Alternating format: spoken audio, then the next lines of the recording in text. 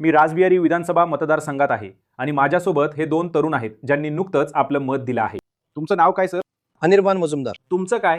राजश्री मजुमदार. मी तुमच्यापासून सुरुवात करतो. तुम्ही आज तुमचं मत दिलं आहे. मला कोणत्याही पक्षांची नावं नको आहेत. आम्हाला त्यात रस नाही. पण असा कोणता मुख्य मुद्दा आहे ज्याने या निवडणुकीत तुमच्या मतावर प्रभाव टाकला? मी तर म्हणजे कोणत्याही पक्षाला तसं समर्थन देत नाही, पण एक मत द्यायचंय फक्त, मला ते वाया घालवायचं नाही, म्हणून मी मत द्यायला आले आहे. म्हणजे कोणता मुद्दा म्हणजे तसा काही नाहीये, त्यामुळे मी मत द्यायला आले असं काही नाही. असं काही जे तुम्ही विचार केला असेल की प्रचारामध्ये काही झालं असेल ज्याचा तुमच्यावर प्रभाव पडला असेल, कदाचित सुरक्षा, नोकऱ्या, अशा प्रकारचं काहीतरी? तशी कोणतीही गोष्ट नाही. कारण असं आहे की आता तर सर्वच पक्ष म्हणत आहेत की सरकार जनतेच्या भल्यासाठी काहीतरी करण्याचा प्रयत्न करत आहे, पण कोण किती करू शकतं याची मला तशी काही कल्पना नाही.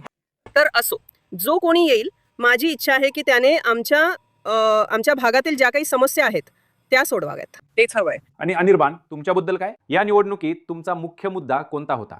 बघा, सध्या बोलायचं झालं तर आम्हाला हवंय की ज्यांना व्यावसायिक समस्या आहेत ते कामधंदा करू शकतील. हे जे बेरोजगार आहेत ते काहीतरी करू शकतील, जेणेकरून जे पुढाकार घेणार आहेत, जी आमच्यासारखी तरुण पिढी आहे, ती चांगलं काम करून काहीतरी पुढे जाऊ शकेल. तोच आमचा एक मुख्य मुद्दा आहे ज्याच्यासोबत आम्ही पुढे जाऊ शकतो. तर गेल्या समजा 10 वर्षात, 15 वर्षात तुमच्यासारख्या तरुण लोकांसाठी जे उपक्रम राबवले गेले आहेत त्याबद्दल तुम्हाला काय वाटतं? तुम्हाला त्यांच्याबद्दल काय वाटतं? ते पुरेसे आहेत असं तुम्हाला वाटतं का? पुरेसं तर काहीच नसतं. पुरेसं असं काही नसतं. ते जेवढं समाधान आवश्यक आहे की मी इतकं केलं तर मला इतकं मिळेल. तर ते असं आहे की त्यांचे वेगवेगळे दृष्टिकोन आहेत, तर त्यांची वेगवेगळी बाब आहे. बेरोजगारी तर नक्कीच एक समस्या आहे. हो, जी बेरोजगारी आहे ती नक्कीच एक समस्या आहे. जी म्हणजे आता एक कायमस्वरूपी नोकरी मिळवणं, म्हणजे त्यात एक कुटुंब ज्यात इतके सदस्य आहेत, एका व्यक्तीने आता नोकरी केली तर ते नक्कीच पुरेसं होत नाही. नवरा बायको दोघे, आम्ही दोघेही वर्किंग आहोत, तरीही आम्हाला असं वाटतं की काय सांगू, म्हणजे असं वाटतं की अजून थोडं बेटरमेंट झालं तर बरं होईल. सॅलरी थोडी बेटर असती तर बरं झालं असतं. तर तेच हवंय की जरा बेटर जॉब ऑपॉर्च्युनिटीज मिळाल्या तर बरं होईल. सो तुम्हाला वाटतं की नोकऱ्या म्हणजे जॉब्स हा एक मोठा इश्यू आहे? हो, नोकरीही आहे. तुमच्या दोघांसाठी. जर तुम्हाला काही हरकत नसेल तर विचारतो, तुम्ही खाजगी क्षेत्रात आहात का? तुम्ही सरकारसोबत काम करता का? आम्ही दोघे. तुम्ही दोघेही खाजगी क्षेत्रातील कर्मचारी आहात आणि तुम्ही आयुष्यभर कलकत्त्यात काम केलं आहे का? हो, आयुष्यभर.